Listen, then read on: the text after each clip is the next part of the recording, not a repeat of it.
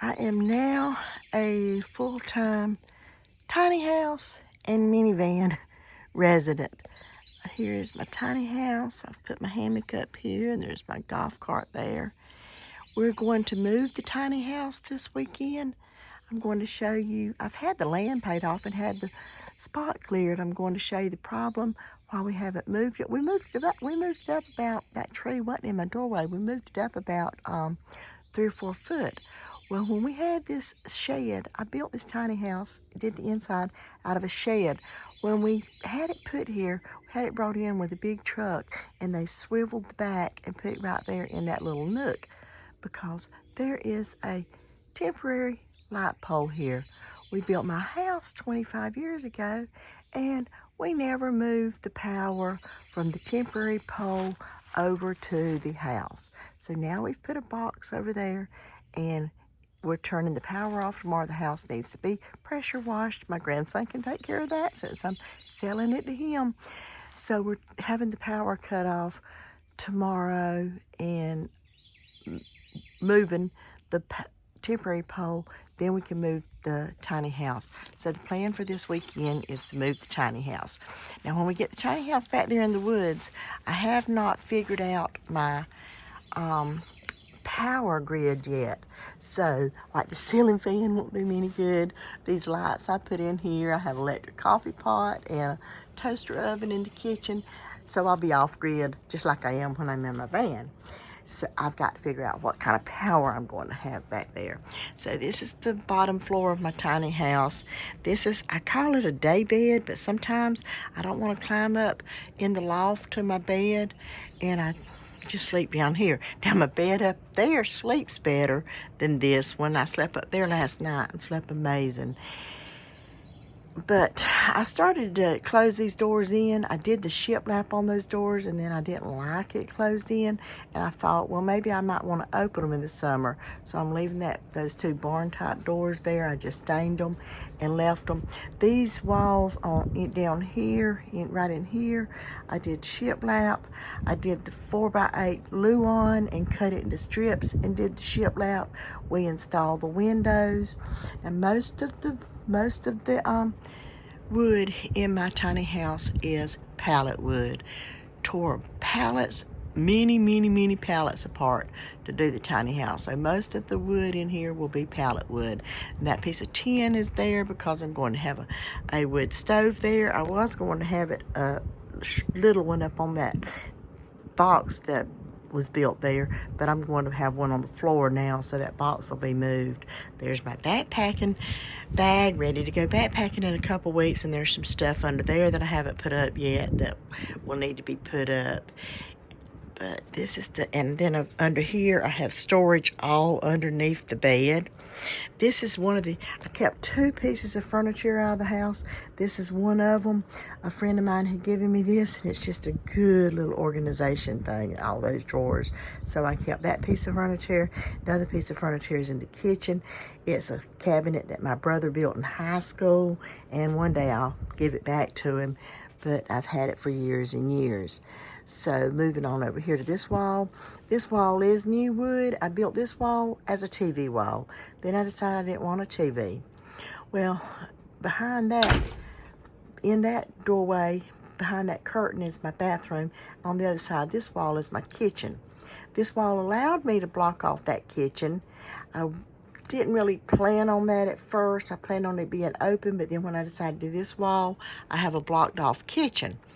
Well, I put a bigger refrigerator, one of the medium-sized refrigerators in there, and decided I didn't want one that big. I wanted it out. Well, it wouldn't come back out this doorway. So I had to tear some of the wall apart. And once I tore the wall apart, I decided, well, I'd put some shelves in there. There's my minivan coffee can that was upstairs last night with me in the loft. So, because somebody said, you gonna climb down, up and down when you go to the bathroom? Because when you get up and go to the bathroom, and I'm thinking, no, I'm gonna do like the old timers did. I'm gonna have a chamber pot. So, anyway, here's my closet. All my clothes that I kept fit in the van or in this little closet. There's a little closet. My closet here. And then that basket is, I have shoes in that basket. There's the stairs to go up to my loft. I have storage compartments here, and behind that closet in front of the bathroom I have storage. This is my play loft. I have hiking, biking, camping stuff gear up here. I've got to get me some shelves. I'm gonna get some shelves to go up there, so I've got to get it a little more organized. But I have all my what I call play stuff. That's the basket of toys I kept out of the house. I'll probably get a wicker basket so I can put them down here on the bottom level. I think that's all that's in here. I think I can go into the kitchen. Oh, this strip of wall through here. I got a spider web right there.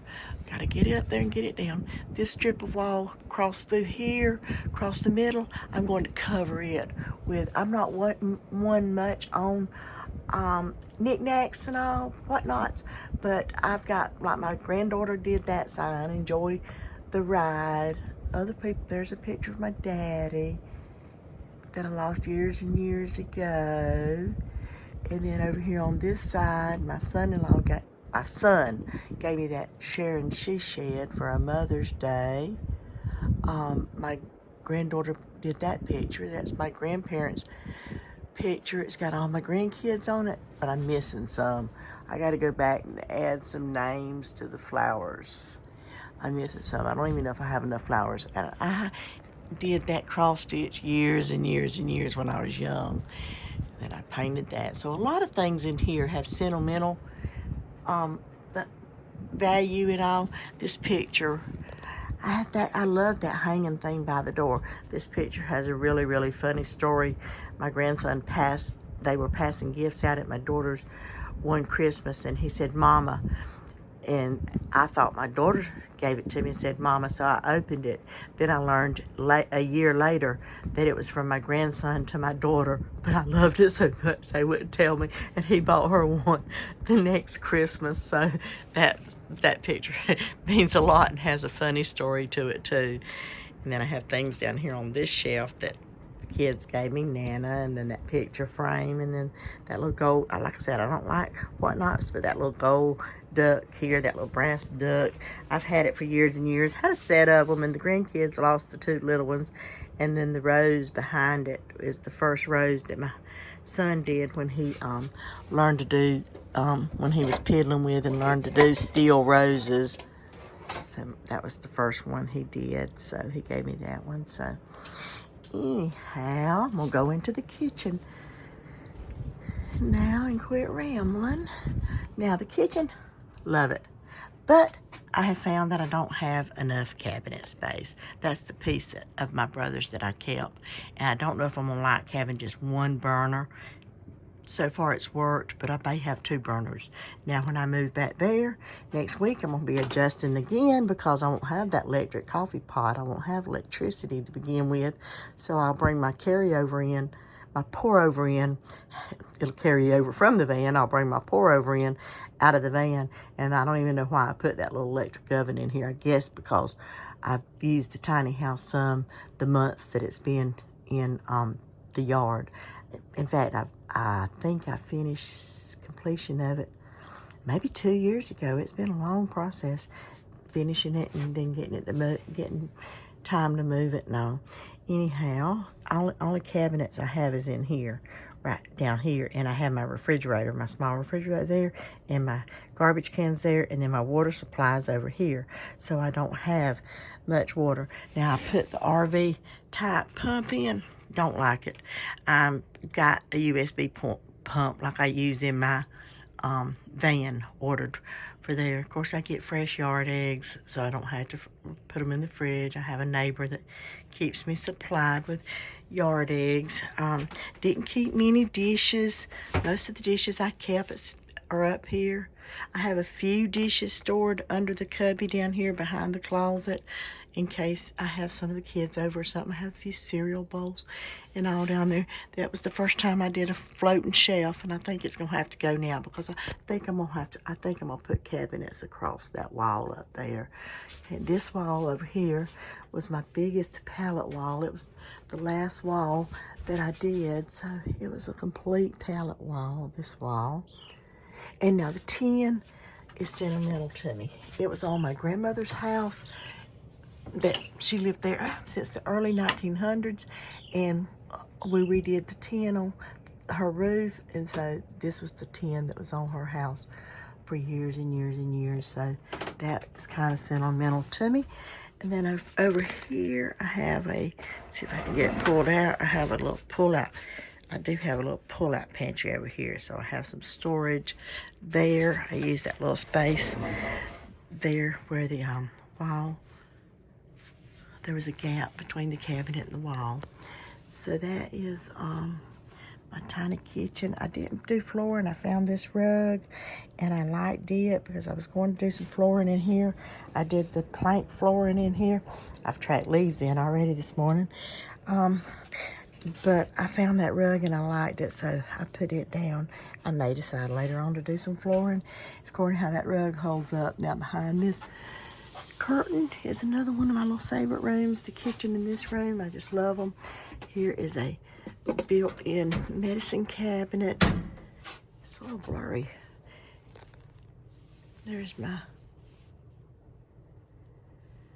bicycle that I had in my house. I'm trying to figure out why it's blurry. Oh, there it goes. Built-in medicine cabinet. I started taking stuff out of the house, all that, like this bicycle, and all this had been in the house for years and years. And my granddaughter said, "Nana, you taking?" She was still living with me at the time. "Nana, you taking everything out of here." That tissue rack was in my house, and I liked it, so I brought it out here. Have built-in shelves here that I left built into the wall. And then here's my compost toilet. I spilled some wax on it, so I got to go back and get the wax off of it. My toilet on this side, and then inside this door is my sawdust. So that is my tiny bathroom. I will be building a shower room back in the woods. I don't have a shower inside, but I've got the design for a shower room that I want to do. And I'll have a screened-in porch. My house will be up 2 blocks, so my son-in-law is going to do me a screened-in porch on the tiny house. So I have a screened-in porch back there. So I'm excited. And like I said, Nick, this has been an adjustment, trying to figure out where everything can go. And I thought it would just be easy breezy moving in here after I had been in the van so much, but it really hasn't been. It's been an adjustment, but I've absolutely enjoyed it this week. And then next week, I've had this adjustment this week. Next week will be another adjustment, getting back there without power. And I know that I'm gonna be fine. I have all my power sources in the van. I have this no power thing figured out, but traveling with no power and then it being your house with no power is 2 different things. And I will do some solar or do I'll figure out some way to have power back there eventually, but not at first. So that is a tour of my tiny house.